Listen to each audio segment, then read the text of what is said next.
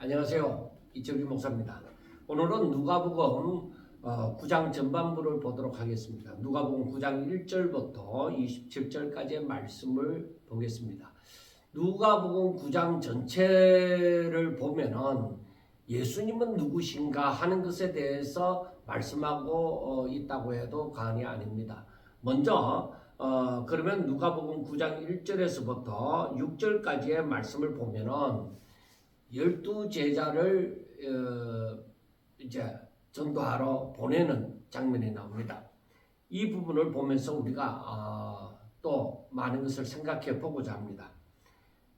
1절부터 보면은 예수께서 12제자를 불러 모으사 모든 귀신을 제어하며 병을 고치는 능력과 권위를 주시고 하나님의 나라를 전파하며 앓는 자를 고치게 하려고 내보내시며 이르시되 여행을 위하여 아무것도 가지지 말라. 지팡이나 배낭이나 양식이나 돈이나 두부를 옷을 가지지 말며 어느 집에 들어가든지 거기서 머물다가 거기서 떠나라. 누구든지 너희를 영접하지 아니하거든 그 성에서 떠날 때에 너희 발에서 먼지를 떨어버려 그들에게 증거를 삼으라 하시니 제자들이 나가 각 마을에 두루 다니며 곳곳에 복음을 전하며 병을 고치더라 하고 말씀을 합니다.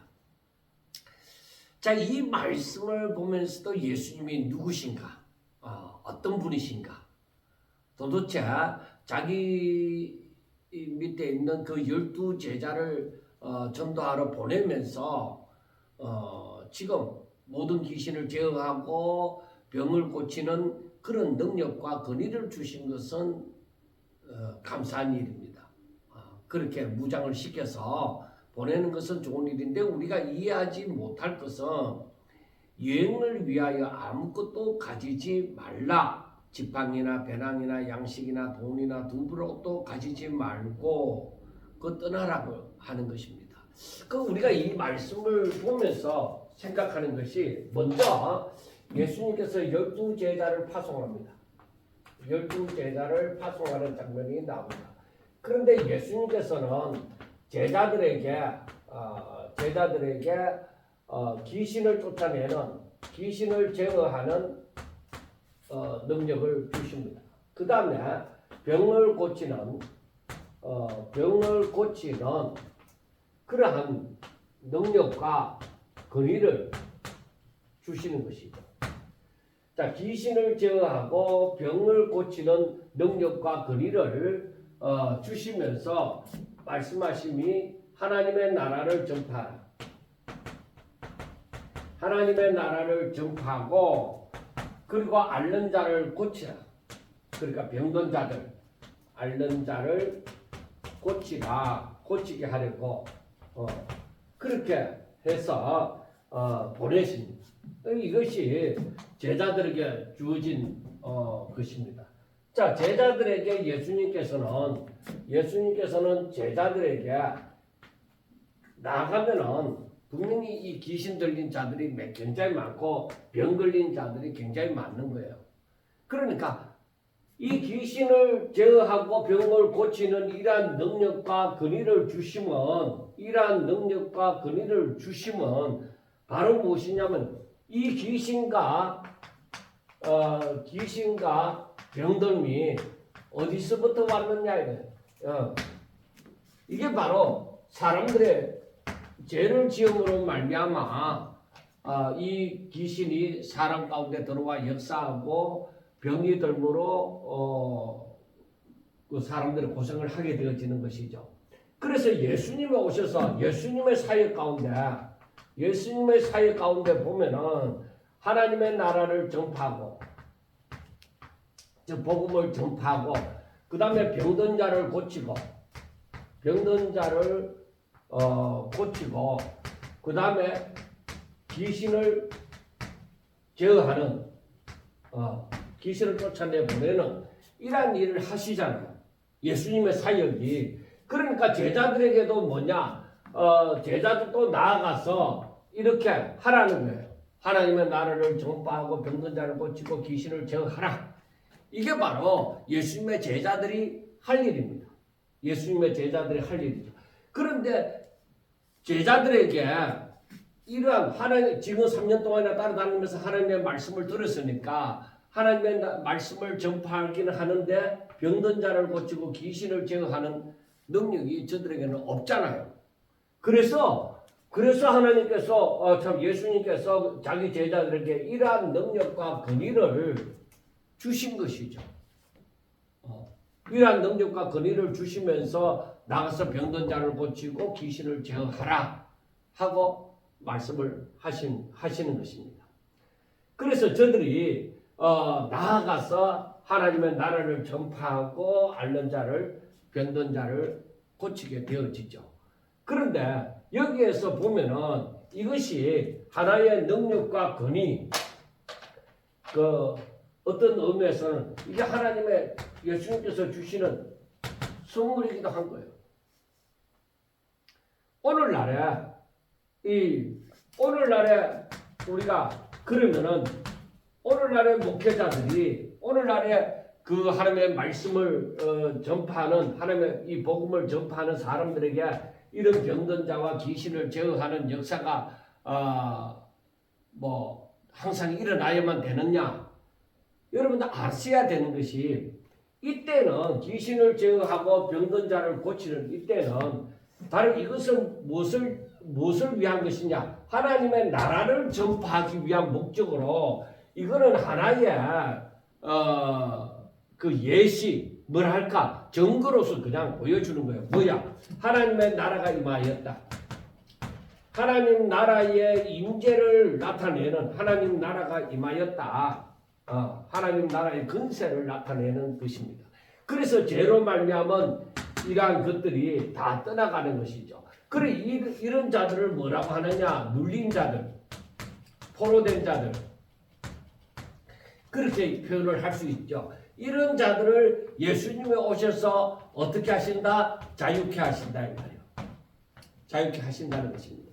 그러니까 이때는 하나님 나라의 인재를 나타내기 위해서 하나님 나라의 인재를 나타내기 위해서 바로 이들에게 그리고 사도들 나중에 이들이 사도 12사도가 되어지죠. 12사도들이 저 복음을 전파하는 자들이 바로 병든 자를 고치고 귀신을 제어하는 능력이 임하였습니다. 물론 고린도서가 쓰여질 그 사도 바울 당시에도 이런 은사들이 이러한 능력이 바로 하나님을 믿는 자들에게 임하였습니다. 그런데 오늘날에는 그만 임하지 않느냐? 아니에요. 오늘날에도 하나님께서 필요하다고 생각하실 때에 분명히 이때에 하나님 나라의 임재를 나타내기 위해서 이러한 능력과 권위를 주신 것처럼 오늘날에도 하나님 나라의 임재를 나타내기 위하여 필요한 곳에서는 얼마든지 믿음으로 기도하는 자들에게 이러한 역사가 나타날 것을 믿습니다. 그러나 이게 주가 아니에요. 주는 무엇이냐? 주는 하나님의 나라를 전파하는 거예요. 하나님 나라를 전파하기 위해서 나타내는 거예요. 그런데 오늘날에 보면은 복음을 전파하는 것은 저 어디 멀리 가버리고 이 병든 자를 고치고 귀신을 쫓아내는 여기에만 자기가 대단한 사도라도 되는 것처럼 그렇게 하는 것입니다. 이게 뭔가 이 사람들을 이 하나님을 알아가는 데 있어서 뭔가 이 옆으로 빠져버리게 만드는 그러한 느낌을 갖게 되어집니다. 그리고 우리가 여기에서 보면은 일단 이 앞에 2절까지의 말씀을 보면서 이 부분을 나중에 뒤에 가서는 또 한번 보겠지만은 이 귀신을 제어하고 병든 자를 고치는 그러한 능력을 주시면서 하나님의 나라를 전파하라 하고 보내시는 것이죠. 예수님께서 제자들을 이렇게 예수님이 하신 일을 너희가 가서 행하라 그렇게 하시는 것이죠. 이것을 하나의 뭐로 보느냐? 훈련으로 보는 거예요. 그래 이건 실제가 아니냐? 뭐의 훈련이냐? 아니에요. 실제인데 가서 하나님께서 예수님이 이러한 능력과 권위를 주시면서 가서 직접적으로 예수님이 계실 때 체험하도록 하시는 것입니다. 아직까지 저들이 부족한 가운데 있지만은 그러나 이들이 능력과 권위가 임하니까 이 일을 할 수가 있다는 것을 하나님께서 예수님의 제자들에게 보내시면서 명령하시잖아요. 이 명령이 떨어지고 이 하나님의 이 능력과 권위가 있게 되어질 때에 보내면서 예수님이 이 제자들을 보내면서 이런 능력과 권위를 겸하여서 보내므로 바로 예수님이 하시던 대로 저들은 따라할 수 있는 거예요. 자, 그 다음에 봐요. 자, 이 일을 위하여서 너희들이 여행을 하게 되어지는데 아무것도 가지지 말라는 거예요. 아무것도 가지지 말라. 아무것도 가지지 말라. 그러니까 지금 현재 너희들이 가지고 있는 지팡이, 그리고 배낭, 그 다음에 양식, 지금 현재 가지고 있는 양식, 그리고 돈, 그리고 두 벌 옷, 지팡이나 배낭이나 양식이나 돈이나 두 벌 옷도 이것조차도 가지지 말라. 이것조차도 가지지 말라는 거예요. 그러면은 어떻게 하라는 것이냐? 아무것도 가지지 말고 그냥 그 상태로 떠나라는 것입니다. 어느 집에 들어가든지 그 어느 집이 선택됩니다. 어느 집에 들어가든지 거기서 머물다가 만약에 저들이 영접하면 그러면 거기서 머물다가 그냥 떠나라는 것입니다. 그러니까 영접하는 곳에서 거기서 머물다가 떠나라. 이거는 진짜 많은 그 생각을 갖게 만듭니다. 그 다음에 만약에 어느 집에 들어갔는데 너희들이 영접하지 아니하면은 어떻게 하느냐? 너희들이 떠날 때에 발에서 먼지를 떨어버리라. 그래서 이게 증거를 삼아라. 그렇게 말씀을 합니다. 자, 우리가 이 말씀을 생각해 보면서 생각하는 것이 무엇이냐? 이것은 어느 집에 들어갔을 때 그 마을에 들어갔을 때 성읍에 들어갔을 때 영접하는 집에서 머물다가 떠나는 거예요. 그래서 우리가 오늘날 이 부분을 생각해 보면은 어느 교회에 부임을 했단 말이에요. 자기를 오라 하는 교회에 있어서 부임을 했는데 거기서 실어버리지 아니하면 하나님께서 따로 명령하지 아니하면 거기에 머물다가 거기에서 끝까지 머물다가 그렇게 사역을 하다가 떠나라. 거기서 마지막을 마치라. 네 일을 마치라. 그런 의미도 됩니다. 하나님께서 떠나게 하실 때까지는 하나님께서 떠나게 하실 때까지는 거기에 머물고 있는 것이 원칙이에요. 그런데 만약에 너희들을 영접하지 아니하면 어떻게 하느냐? 싸우고 찢고 뽑고 뭐 그렇게 할 거 없다. 그럴 때는 뭐야? 발에 먼지를 떨어버려.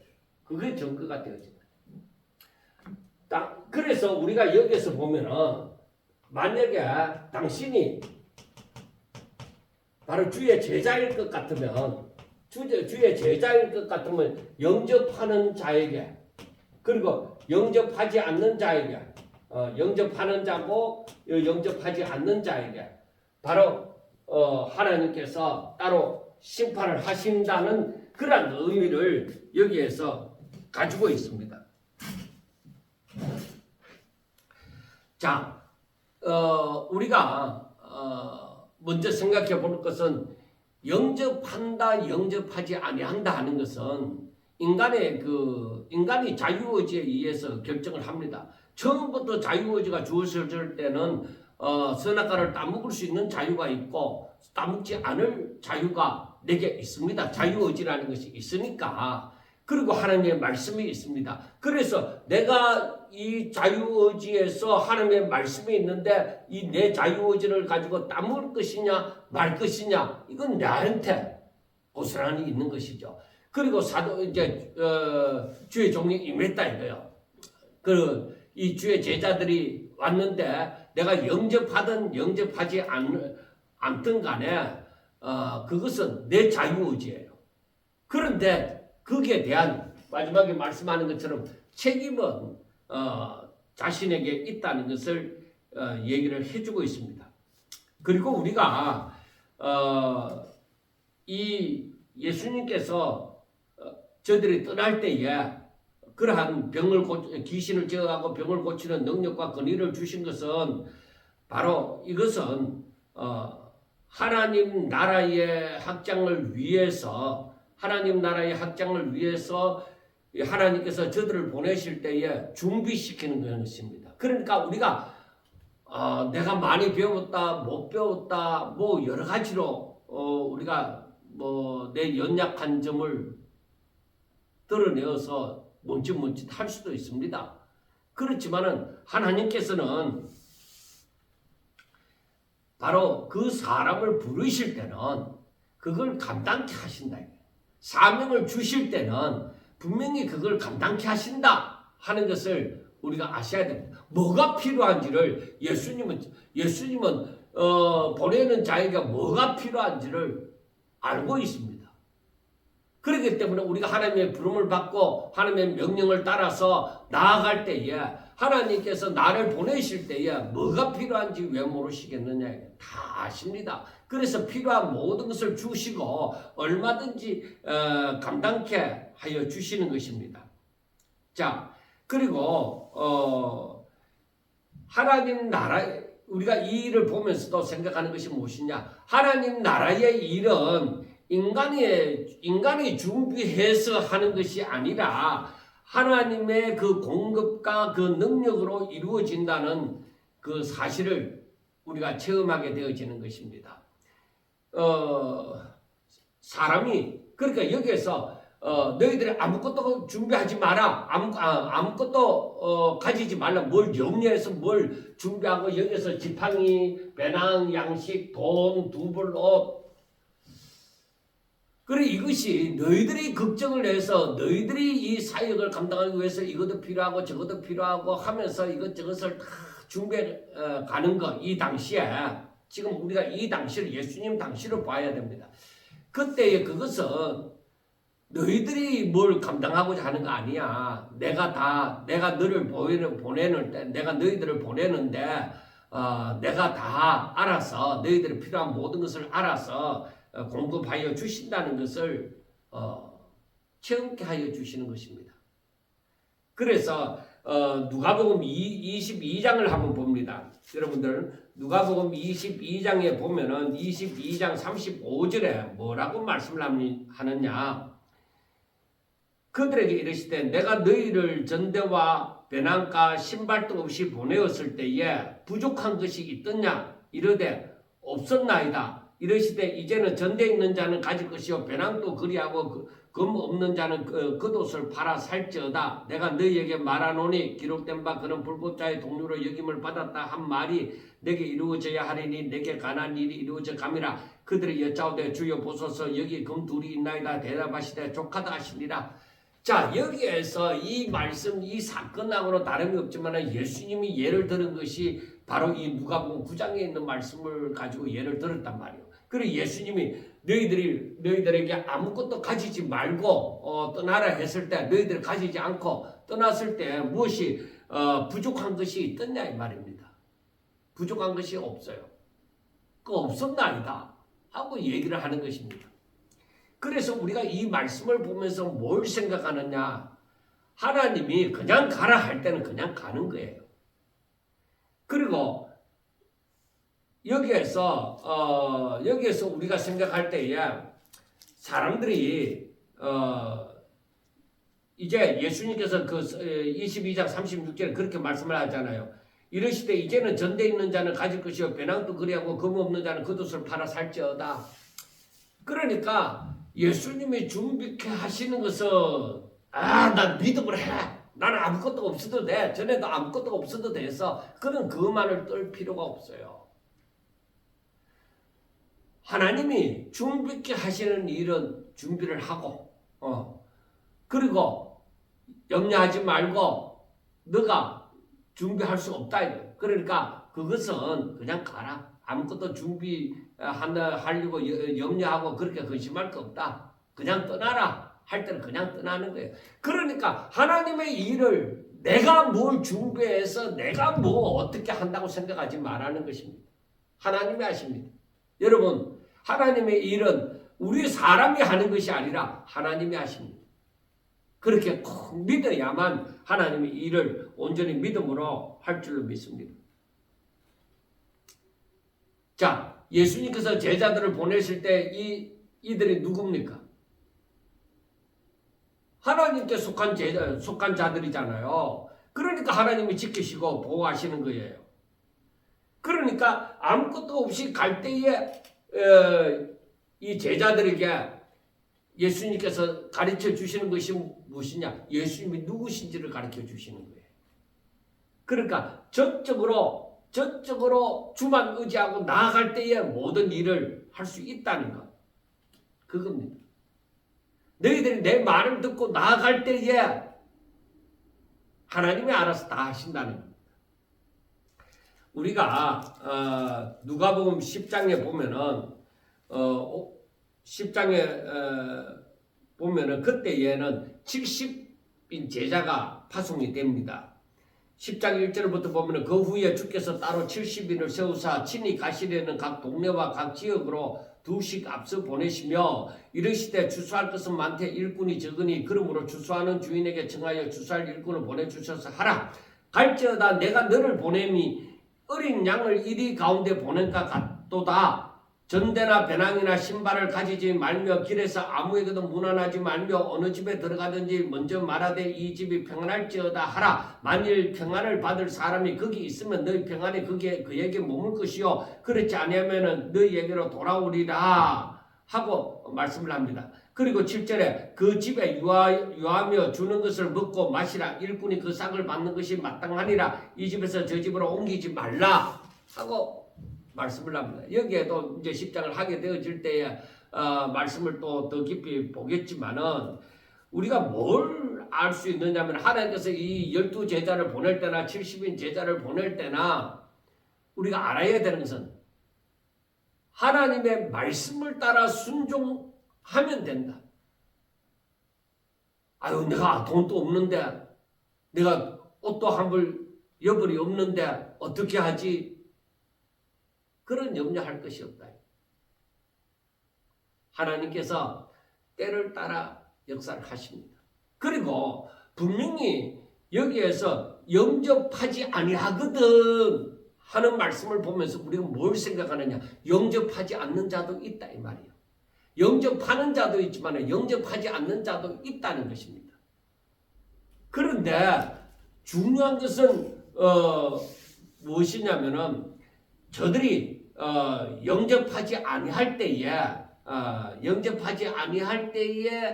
분명히 하나님께서 저들에게 그 보응을 하시리라는 것입니다. 왜 그럴까요? 그게 자기 자유의지인데 자기 자유의지에 대한 책임이 따르는 것입니다. 선악과를 따먹은 것이 따먹고 안 먹고 하는 것이 자기 자유의지지만은 그러나 그에 따른 책임이 있다는 거예요. 주를 영접하지 않는 자들에게는 그 책임이 따른다는 거예요. 그러니까 하나님의 주께서 주의 사람을 보냈는데 그 사람을 밀치는 것은 그에 따르는 보응이 있다는 것입니다. 우리가 이것을 아셔야 합니다. 우리가 그러므로 이 땅에 살면서 주의 일을 한다고 할 때에 모든 책임은 주의 명령을 따라서 내가 감당할 때에 모든 책임은 하나님이 지신다. 우리들에게 주어지는 것은 뭐예요? 준비하라 하는 것은 준비를 하고 그리고 준비하지 말라는 것은 준비를 안 하고 오직 하나님의 말씀을 따라서 갈 때에 하나님이 나를 지키시고 인도하신다. 왜? 이게 하나님의 일이다. 내 일이 아니에요. 우리가 알아야 되는 것은 내 일이 사람의 일이 아니라 이건 하나님의 일이에요. 그러므로 거기에는 그 능력과 권위가 하나님의 능력과 권위가 거기에 있는 거예요. 하나님께서 자기 사람을 보내면서 바로 대사를 대사를 보내면서 그만한 능력과 권위를 그에게 부여하여 주신 거예요. 그래서 우리들에게 중요한 것은 무엇이냐? 이 제자들을 파송하는 데 있어서 중요한 것은 무엇이냐? 바로 하나님 나라의 전파에 있습니다. 하나님 나라의 전파에 있습니다. 귀신을 쫓아내고 우리가 귀신을 쫓아내고 병을 고치는 것은 이거는 하나님의 나라가 임재되어졌다. 그러므로 이 복음을 들으라 믿어라 하는 그겁니다. 그러니까 하나님 나라의 전파가 이게 주된 목적이에요. 병 고치고 귀신을 제어하는 게 목적이 아니라 이건 없어도 돼요. 그러나 하나님 나라가 임재되어졌다는 것을 얘기를 하기 위해서 하나님의 나라가 임재되어졌다는 것을 얘기하기 위해서 바로 하나님의 나라가 임하면 이렇게 눌리고 포로된 자가 자유케 되어진다는 것을 말씀해 주는 거예요. 그리고 온전히 뭐예요? 복음을 전파하라. 복음을 전하는 것이 주요 문제입니다. 그래서 때로는 귀신을 제어하는 일이 병을 고치는 일이 안 나타날 수도 있습니다. 이것도 하나님께서 기뻐하시는 뜻대로 하실 거예요. 거기에 대해서 내게는 병 고치는 능력이 왜 안 나타나지? 왜 귀신이 내 앞에서는 안 떠나가지? 아니 믿음으로 기도하면 그것이 그 종이 할 일이에요. 그 다음에 하나님이 하실 거예요. 그러므로 우리들에게 정말로 중요한 것은 내게 믿음이 있느냐? 내가 정말로 복음을 제대로 전하고 있느냐? 내가 정말 하나님을 사랑하느냐? 정말 하나님의 뜻이 이루어지기를 원하느냐? 그게 가장 중요한 거예요. 그 이상 없어요. 이제 그 다음으로 넘어가 봅니다. 7절부터 보면은 분봉왕 헤롯이 이 모든 일을 듣고 심히 당황하니 이는 어떤 사람은 요한이 죽은 자 가운데서 살아났다고도 하며 어떤 사람은 엘리야가 나타났다고도 하며 어떤 사람은 옛 선지자 한 사람이 다시 살아났다고도 함이라. 헤롯이 이르되 요한은 내가 목을 베었거늘 이제 이런 일이 들리니 이 사람이 누군가 하며 그를 보고자 하더라 하고 말씀을 합니다. 그러니까 이 말은 예수님이 누구신지 헤롯도 지금 아주 당황해하면서 예수님의 소문을 듣고서 아주 당황해하면서 도대체 그 사람이 누군가 어떤 사람인가 하고 알고자 하는 것입니다. 그래서 이 헤롯이 두려움을 가진 것은 한번 누가복음 23장 7절부터 보면은 6절부터 보면은 빌라도가 듣고 그가 갈릴리 사람이냐 물어 헤롯의 가나라에 속한 줄 알고 헤롯에게 보내니 그때 헤롯이 예루살렘에 있더라. 헤롯이 예수를 보고 매우 기뻐하니 이는 그의 소문을 들었으므로 보고자 한지 오래였고 또한 무엇이나 이적 행하심을 볼까 바랐던 연고로라. 여러분 헤롯이 이 예수님에 대해서 분명히 어떤 그 세례 요한이 다시 살아났다 그렇게는 믿지 않았습니다. 어떤 의미에서는 어느 정도의 호기심과 아울러 그 사람이 도대체 어떤 사람인데 놀라운 이적을 행하는가? 그가 행하는 이적이 도대체 어떤 것인가? 그런 데 대한 어떤 마음을 갖고 있었고 또 여기서 우리가 23장 8절부터 보면 헤롯이 예수를 보고 매우 기뻐했다고 하잖아요. 기뻐하니 이는 그의 소문을 들었으므로 보고자 한지 오래였고 또한 무엇이나 이적 행하심을 볼까 바랐던 연고로라. 그래 그걸 보려고 한 거예요. 사람들은 헤롯과 같은 심령으로 예수님을 따라다니는 사람이 많아요. 예수님이 메시아다 이런 생각을 하지 않아요. 그러니까 사람들이 뭐라고 하느냐? 야 능력을 대단한 큰 능력을 행하는 그 자가 나타났다. 야 혹시 그 엘리야가 아니냐? 그리고 옛 선지자 중에 한 사람이 아니겠느냐? 야 세례 요한이 다시 살아난 거 아니겠냐? 그러니까 사람들은 메시아라고는 헤롯과 같이 메시아라고는 생각하지 않는 거예요. 이게 중요하단 말이에요. 예수님은 지금 자신이 메시아라는 것을 계속적으로 이적을 해가면서 나타내고 또 복음도 전하고 하고 있습니다. 그리고 이 하나님의 말씀이 주어진 유대인들에게 있어서는 메시아가 오리라고 분명히 말씀을 했습니다. 그런데 자기들이 생각하는 메시아는 정치적인 메시아였단 말이에요. 그러니까 자기 눈으로 보고 듣고 할 때는 이 정치적인 메시아는 아닌 것 같다는 말입니다. 그래서 메시아는 아니고 옛 선지자 중에 하나나 아니면 오리라고 했던 그 엘리야나 혹은 죽었던 그 세례 요한이 살아나지 않았느냐 그렇게 생각을 했던 것입니다. 그래서 이제 사도들이 이제 그 사역을 하고 난 다음에 예수님께로 돌아왔을 때에 이제 세상 이제 두루두루 마을로 다니면서 이제 사람들의 얘기도 듣고 했을 거 아닙니까? 그러니까 또 자신들에게 일어났던 일을 모두 다 그 예수님께 보고를 합니다. 그리고 이제 이 제자들을 데리고 벳세다라는 고을로 가셨을 때에 사람들이 다 따라옵니다. 그래서 이 예수님께서 무리들이 따라오니까 그 무리들에게 예수님이 하시는 일은 뭐예요? 하나님 나라를 전파하는 것이잖아요. 그래서 복음을 전파를 했습니다. 그리고 저들 가운데 병든 자들을 고치십니다. 자, 여기서 한번 우리가 생각을 해보고자 합니다. 예수님이 벳세다라는 곳으로 갑니다. 그런데 많은 무리들이 말이니까 무리라고 얘기하는 거예요. 예수님을 따릅니다. 그리고 예수님께서는 이 무리들에게 하나님의 나라를 전파합니다. 그리고 저들에게 병든 자를 고치셨습니다. 그런데 우리가 여기서 알아야 되는 것이 이 병든 자를 고쳤다는 이것입니다. 이거 한번 생각해 보고자 합니다. 병든 자를 고쳤다. 자, 그러면은 병든 자를 고치시면 병든 자가 고침을 받았다.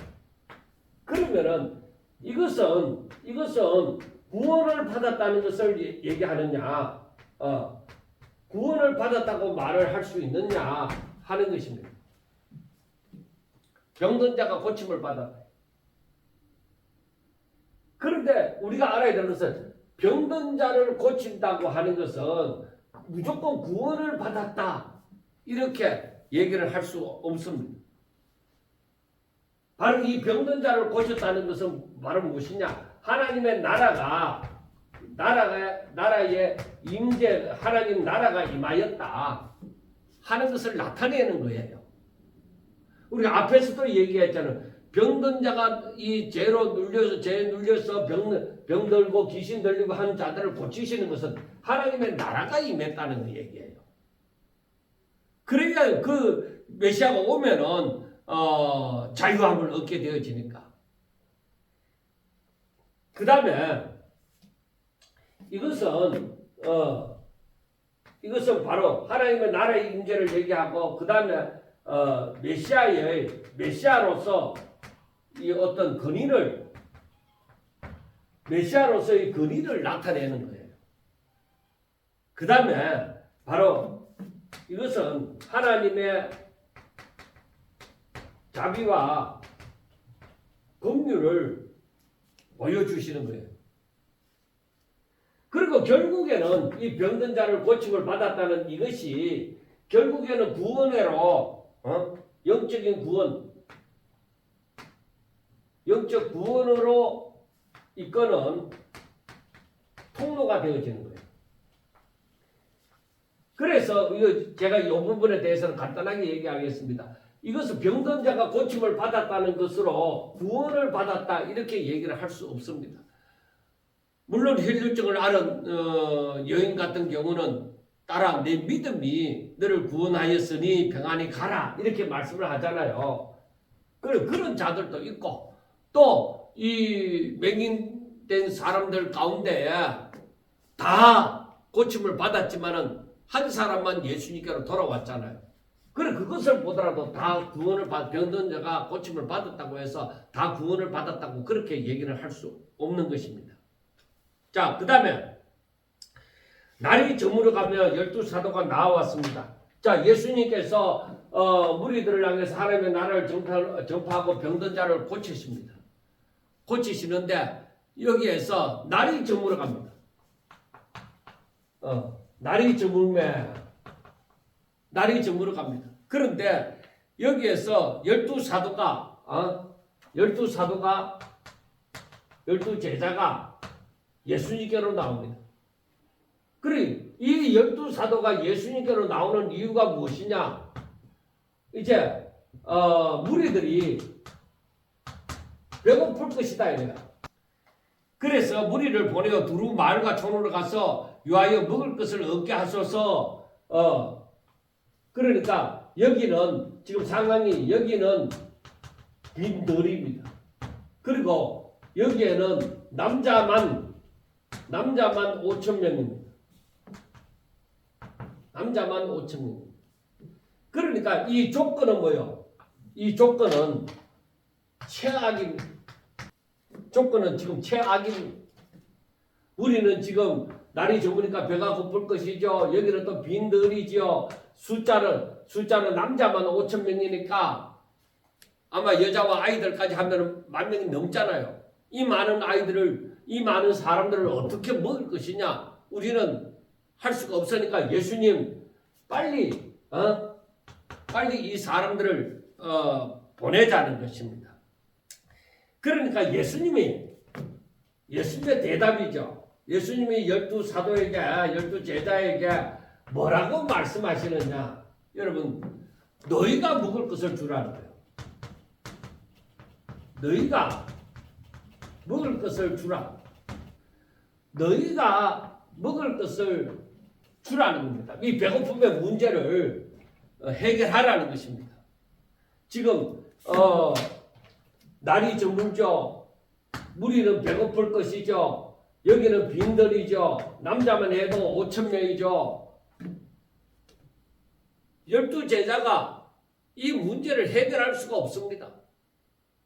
그런데 예수님의 말씀은 뭐라고 하느냐? 야, 너희가 먹을 거 주면 되지 않느냐? 그러니까 이 제자들이 하는 말이 무엇이냐? 제자들이 하는 말이 우리에게는 떡 5개 하고 물고기 2마리 하고 이것뿐입니다. 하고 얘기합니다.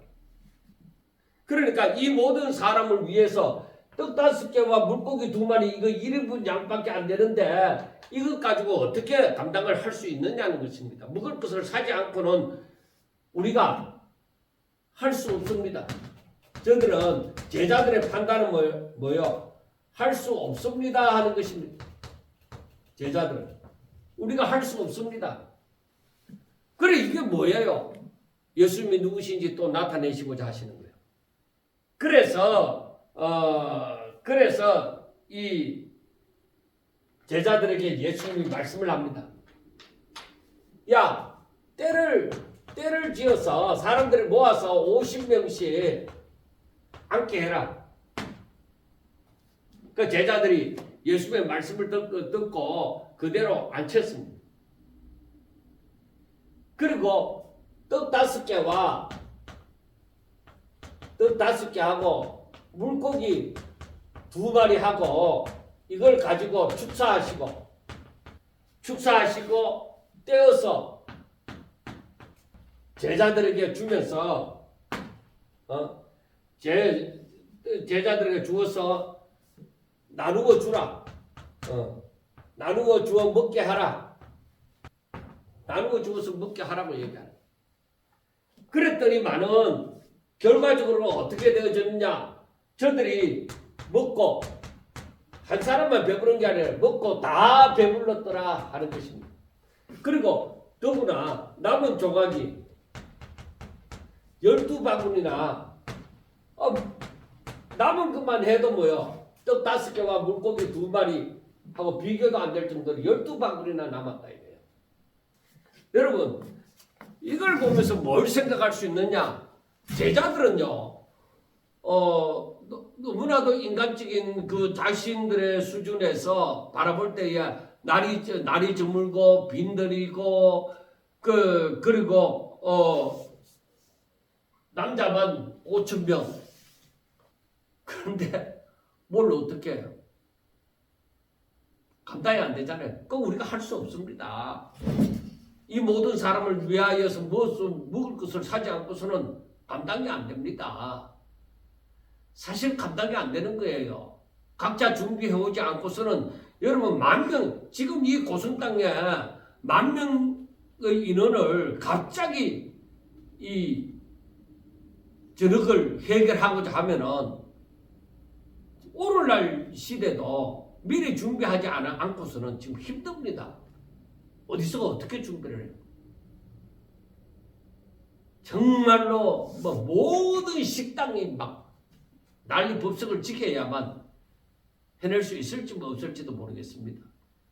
그러니까 제자들이 당연히 이 숫자를 감당할 수가 없다는 것이죠. 그 더구나 지금 가지고 있는 것이 물고기 2마리하고 떡 5덩어리 뿐입니다. 그러니까 이 제자들에게서 나오는 말은 당연한 것이죠. 우리가 할 수 없습니다. 그래서 저들은 예수님께 나와서 이들을 빨리 보내어서 자기들이 먹을 것을 얻게 하라고 그렇게 합니다. 그런데 예수님은 뭐요? 너희가 먹을 것을 주라는 것이죠. 우리가 참 이런 문제를 우리가 오늘날에도 얼마든지 닥칠 수가 있는 문제입니다. 여러분, 우리가 자주 생각하는 그런 말씀인데 고린도 후서 12장 9절에 보면은 나에게 이르시기를 내 은혜가 너게 족하도다 이는 내 능력이 약한 데서 온전하여 짐이라 하신지라. 그러므로 도리어 크게 기뻐함으로 나의 여러 약한 것들에 대하여 자랑하리니 이는 그리스도의 능력이 내게 머물게 하려 함이라 하고 말씀을 합니다. 그러면서 바울이 하는 말이 그러므로 내가 그리스도를 위하여 약한 것들과 능력과 궁핍과 박해와 공고를 기뻐하노니 이는 내가 약한 그때의 강함이라고 얘기합니다. 여러분 지금 이 문제 오늘날에도 해결할 수 없는 문제잖아요. 그런데 이 당시에 어떻게 해결이 되어져요? 도저히 해결이 안 되어집니다. 감당이 안 되는 문제입니다. 그런데 우리가 이 말씀을 볼 때에 감당이 되잖아요. 이게 뭐예요? 하나님의 능력이에요. 우리가 처음에 앞부분에서 그 12제자를 파송할 때도 아무것도 가지지 말라고 했거든요. 아무것도 가지지 말라. 왜? 내가 너에게 명령한 것이 아니냐? 내가 너를 보내는 것이 아니냐? 염려하지 마라. 그거예요. 너는 나만 바라봐. 너는 나만 믿어.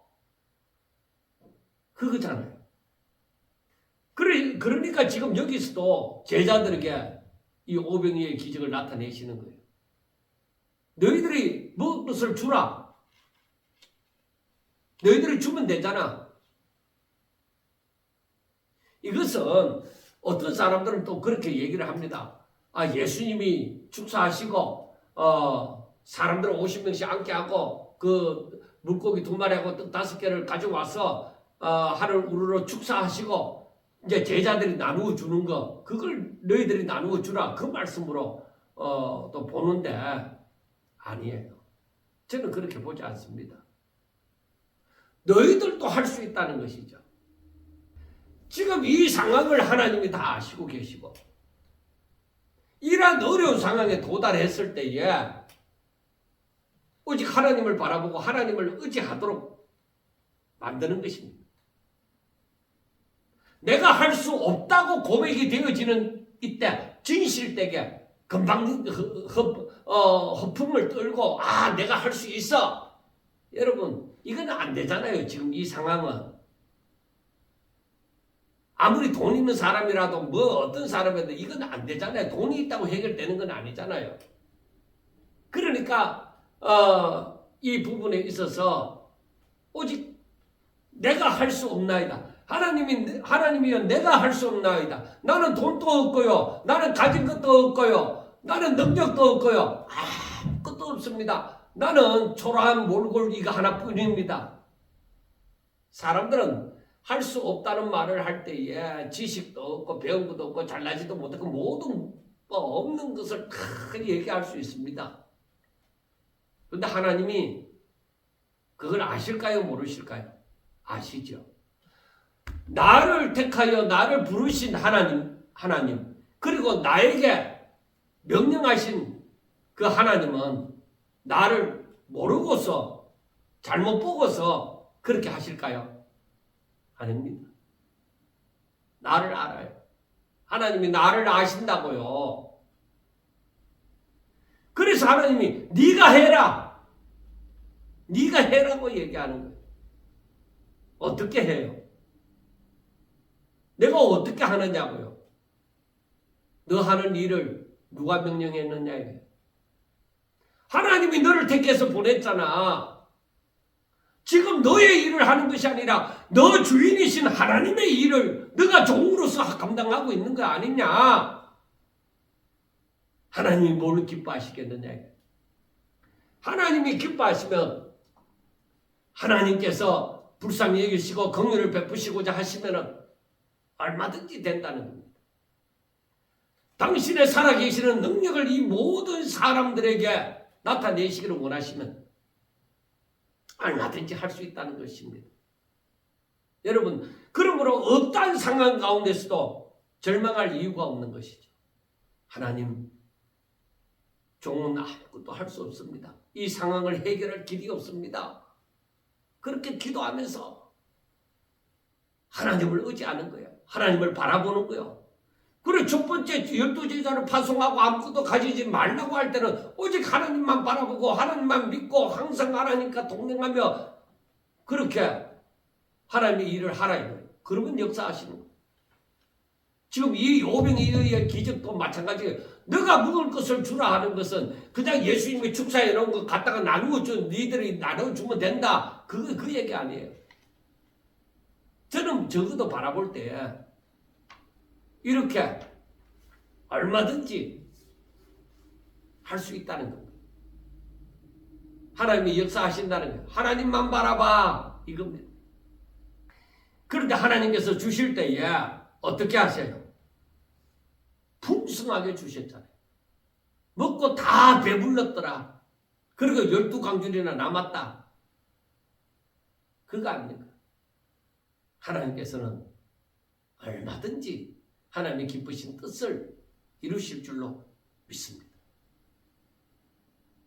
하나님의 말씀을 듣고 즉 하나님의 부르심을 받고 하나님의 말씀을 쫓아간 믿음의 조상 아브라함처럼 우리들이 온전히 주의 명령을 쫓아서 순종하게 되어질 때에 거기에 바로 그곳에 하나님의 역사가 항상 일어날 줄로 믿습니다. 자, 그 다음 말씀을 봅니다. 18절부터 봅니다. 예수께서 따로 기도하실 때에 제자들이 주와 함께 있더니 물어 이르되 무리가 나를 누구라고 하느냐 대답하여 이르되 세례 요한이라 하고 더러는 엘리야라 더러는 옛 선지자 중에 한 사람이 살아났다 하나이다. 예수께서 이르시되 너희는 나를 누구라 하느냐 베드로가 대답하여 이르시되 하나님의 그리스도시니이다 하니 경고하사 이 말을 아무에게도 이르지 말라 명하시고 하고 말씀을 합니다. 여기에서 보면은 이제 예수님께서 제자들과 함께 있을 때에 세례 요한이 예수님이 누구신가 했을 때에 그 들리는 소문이 바로 어떤 소문이 들렸습니까? 저들에게 세례 요한이 죽은 자 가운데서 헤롯 왕이 그 예수님에 대해서 궁금해할 때에 사람들이 세례 요한이 죽었다가 살아났다. 어떤 사람은 엘리야가 나타났다. 어떤 사람은 옛 선지자 중에 한 사람이 나타났다. 그렇게 얘기를 하잖아요. 그리고 사람들이 대충 그렇게 얘기를 하는 거예요. 여기에서 보면은 세례 요한이라 하고 들어는 엘리야라 하고 들어는 옛 선지자 중에 한 사람이 살아났다. 그렇게 말을 합니다. 하고 얘기하는 거예요. 근데 예수님이 왜 제자들에게 사람들이 나를 누구라고 하느냐 하고 그렇게 물었을까요? 여러분, 그게 중요한 겁니다. 예수님을 누구로 아느냐는 것입니다. 예수님을 누구로 아느냐. 확실하게 알아야 돼요. 예수님은 바로 메시아입니다. 그리스도입니다. 예수님이 누구신지를 아는 것은 예수님이 이루시고자 하는 그 구원의 사역과 직결되기 때문에 예수님은 이 질문을 통해서 제자들이 올바른 고백을 하도록 인도하신 거예요. 자, 사람들이 예수님께서 제자들에게 질문을 합니다. 뭐라고 하느냐? 사람들이 나를 누구라고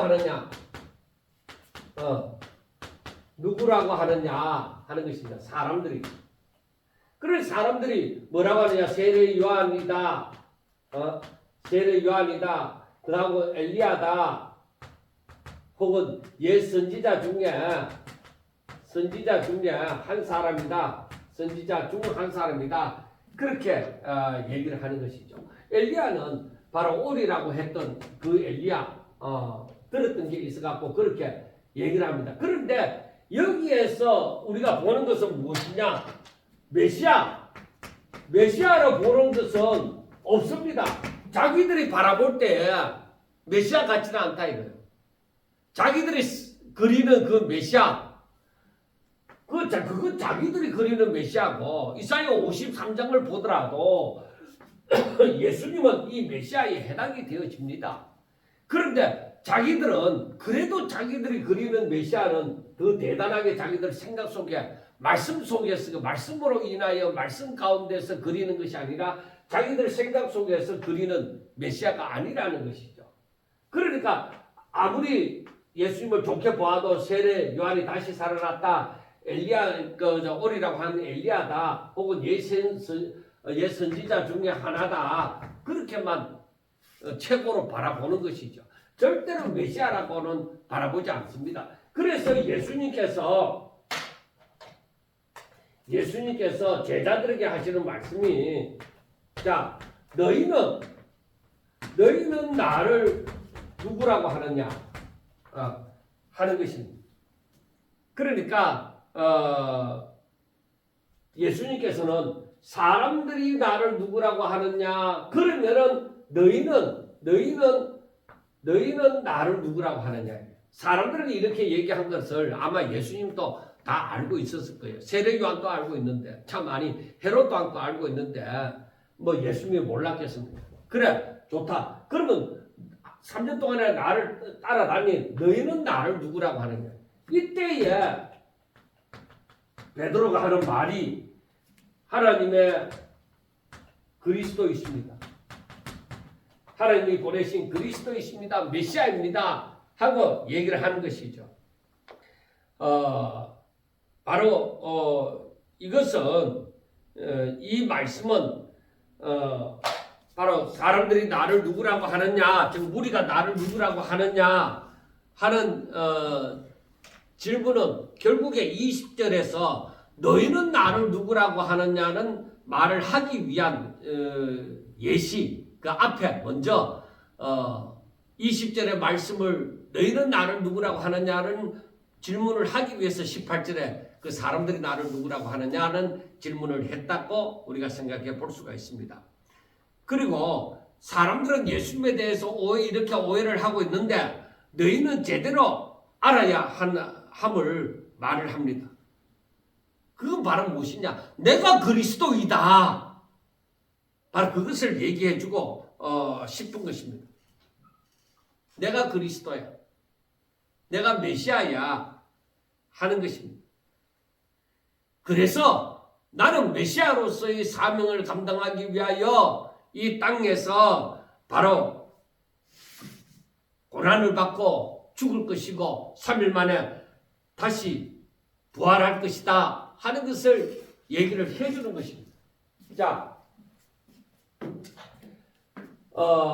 이 사람들이 나를 누구라고 하느냐는 결국에 예수님께서 너희는 제자들에게서 너희는 나를 누구라고 하느냐는 질문을 하기 위한 그 앞에 얘기입니다. 그런데 베드로가 얘기를 하죠. 하나님의 그리스도이십니다. 그래! 바로 내가 메시아다. 그리스도이다. 그래서 나는 이 사명을 감당하러 왔노라. 바로 그 말입니다. 그래서 그 다음에 22절부터 말씀이 나옵니다. 인자는 그래 내가 그리스도야. 하나님이 보내신 자야. 메시아야. 그래서 인자는 많은 고난을 받는다. 이 땅에 와서 많은 고난을 받고 장로들과 대제사장들과 서기관들에게 즉 하나님의 사람이라고 하는 하나님의 사람이라고 얘기하는 하나님을 잘 믿는다고 하는 자칭 하나님을 잘 믿는다고 하는 사람들로부터 내가 버림받아 되어지고 그 다음에 죽임을 당하고 그리고 제3일에 다시 살아나리라. 이걸 얘기해 주는 거예요. 그러니까 이 베드로가 메시아입니다. 하나님이 보내신 자 바로 그리스도이십니다. 얘기를 한 거죠. 그러니까 예수님께서 그래 맞다. 인자는 많은 고난을 받고 이 자칭 하나님의 사람이라고 하고 하는 사람들한테 하나님을 잘 믿는다고 하는 사람들로부터 내가 버림받을 당하고 오히려 그들에게 죽임을 당하고 제3일이 되었어야 내가 다시 살아나리라. 십자가와 부활이 있음을 얘기를 하는 거예요. 그러므로 뭐라고 얘기해요? 그러므로 아무든지 나를 따라오려거든. 누구든지 나를 따라오려거든 하는 것입니다. 자, 이걸 여러분들 잘 생각하셔야 됩니다. 누구든지 나를 따라오려거든 어떻게 해라? 자기를 부인하라. 자기를 부인하고 그리고 날마다 항상 날마다 제 십자가를 지고 자기 십자가를 지고 나를 따르라. 나를 따라오려거든 자기를 부인하고 날마다 제 십자가를 지고 나를 따를 것이니라. 그 다음에 자 누구든지 자기의 목숨을 구원하고자 하면은 어떻게 된다? 이럴 것이다. 그 다음에 누구든지 나를 위하여서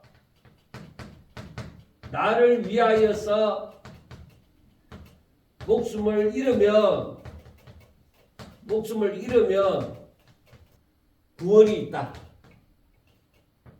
나를 위해서 자기 목숨을 잃으면은 자기 자신이 스스로 구원코자 하면은 잃을 것이고 자기 목숨을 나를 위해서 잃으면은 구원을 얻으리라 하고 얘기합니다. 사람이 만일 온 천하를 얻고도 자기를 잃든지 빼앗기든지 하면은 무엇이 유익하겠느냐? 자, 사람이 온 천하를 사람의 욕심대로 사람이 온 천하를 얻어요. 온 천하를 얻고서 자기를 잃든지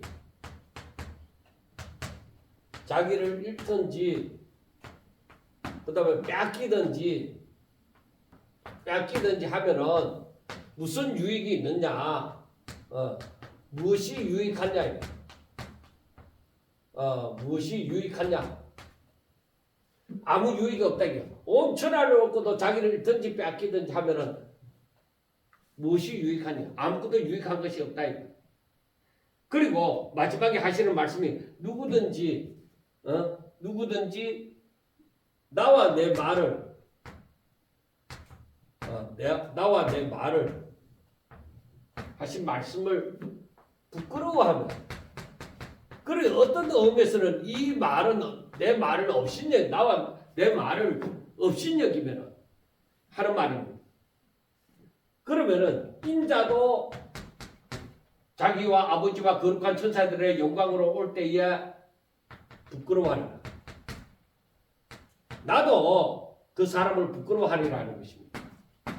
그리고 여기에서 보면은 마지막에 27절에 내가 참으로 너희에게 이르노니 뭐라고? 여기 써 있는 사람 중에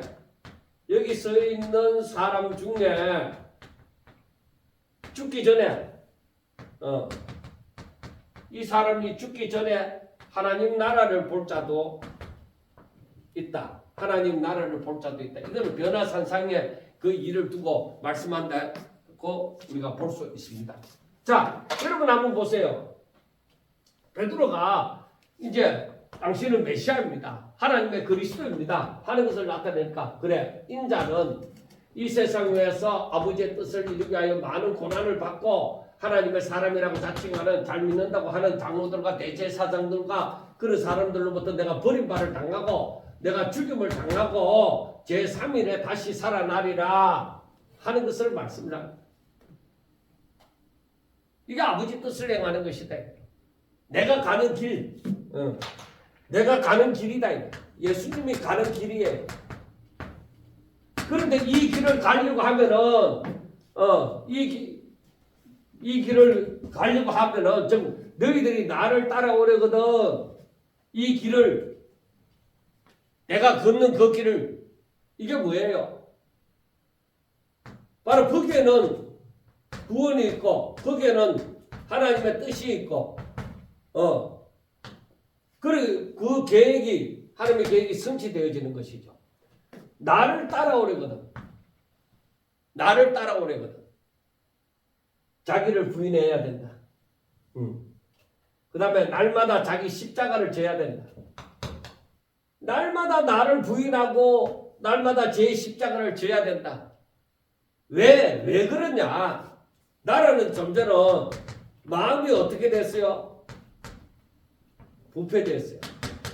그러므로 아담과 하와가 바로 눈이 밝아서 하나님과 같이 데리고 그걸 먹었단 말이에요. 선악과를 먹었다는 거예요. 그래 그 마음이 부패되어짐으로 말미암아 항상 자기 중심이에요. 자유의지를 가지고 자기 중심으로 살아가는 거예요. 그리고 마지막 때에 일어나는 일도 전부 개인주의예요.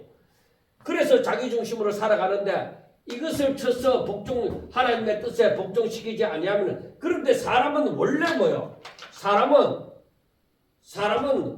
원래 하나님의 영광을 위하여 창조된 자잖아요.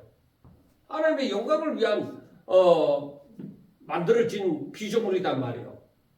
그런데 자기 중심이 되어지면 어떻게 하느냐? 그러니까 마음이 부패되어져서 자기 중심으로 살아가기 때문에 자기를 부인해야 된다. 그 자기 십자가를 날마다 십자가를 짊어지는데 하나님의 명령 앞에 복종하고 그 뜻대로 살기를 원해야 된다. 그러니까 예수님이 인자는 하고 말씀하잖아요. 인자는 이렇게 살리라. 우리가 이렇게 세상에서 주의 길을 걸어가므로 고난을 받고 버림받아지고 죽임을 당하고 그렇지만은 나중에 다시 살아난다. 그런데 사람들이 자기 중심으로서 제 목숨을 구원하고자 하면 그 사람은 잃는다. 이게 하나님의 법칙이라는 거예요. 아무리 열심히 노력해도 그게 구원이 있지 않습니다. 그래서 오히려 나를 위하여서 주와 복음을 위하여서 목숨을 잃는 자는 거기에는 구원이 있다. 죽임을 당하면 구원이 있다. 사람이 자기 개인적으로 해서 온천하를 얻었다 하자. 그런데 자기를 잃든지 뺏기든지 하면 무엇이 유익하냐. 온천하를 얻어도 거기 해답이 없어. 구원이 없어. 만약에 너희 사람이 나와 내 말을 부끄러워하면 없인 여기면은 나도 다시 올 때 너희들 부끄러워한다. 그런 구원이 없다 이거거든. 여기 서 있는 사람 중에 죽기 전에 하나님의 나라를 볼 자도 있다. 그거는 뭐예요? 내 말이 거짓말이 아니다. 이 말씀을 보면서 예수님은 메시아라는 것을 바로 이 전반부에서도 계속 말씀을 하고 있습니다. 후반부에서도 말씀을 하지만은 이 전반부에서도 예수님은 메시아다. 내가 인자다. 내가 그리스도다. 하는 것을 나타내고 있습니다. 그래서 귀 있는 자는 들을 수 있는 자는 들을지어다. 사랑하는 여러분, 정말로 하나님의 말씀을 내가 업신여기고 무시하고 이 하나님의 말씀이 별거 아닌 것처럼 여겨지는 사람에게는 그런 능력이 나타나지 않을 것입니다. 그러나 정말로 주와 복음을 위하여서 자기를 부인하고 날마다 제 십자가를 지고 세상에서 많은 고난을 받고 사람들에게 버림을 당하고 그리고 십자가에 못 박혀 죽으면 하나님의 능력으로 살아가는 역사가 있을 줄로 믿습니다. 다시 살아나는 부활의 능력이 그 사람에게 있을 줄로 믿습니다. 여러분, 정말 이 진리를 온전히 깨닫고 내 능력으로 살지 아니하고 나는 할 수 없습니다. 는 존재지만은 내 안에 살아계신 우리 주님은 할 수 있습니다. 나는 내 능력으로 살지 아니하고 내 안에 계신 주의 능력으로 그를 믿음으로 나는 삽니다. 하는 고백이 날마다 있으며 또 그에 대하여 감사하고 찬양하고 더욱더 주를 바라보는 역사가 저와 여러분들에게 있으시기를 주의 이름으로 축원합니다. 감사합니다.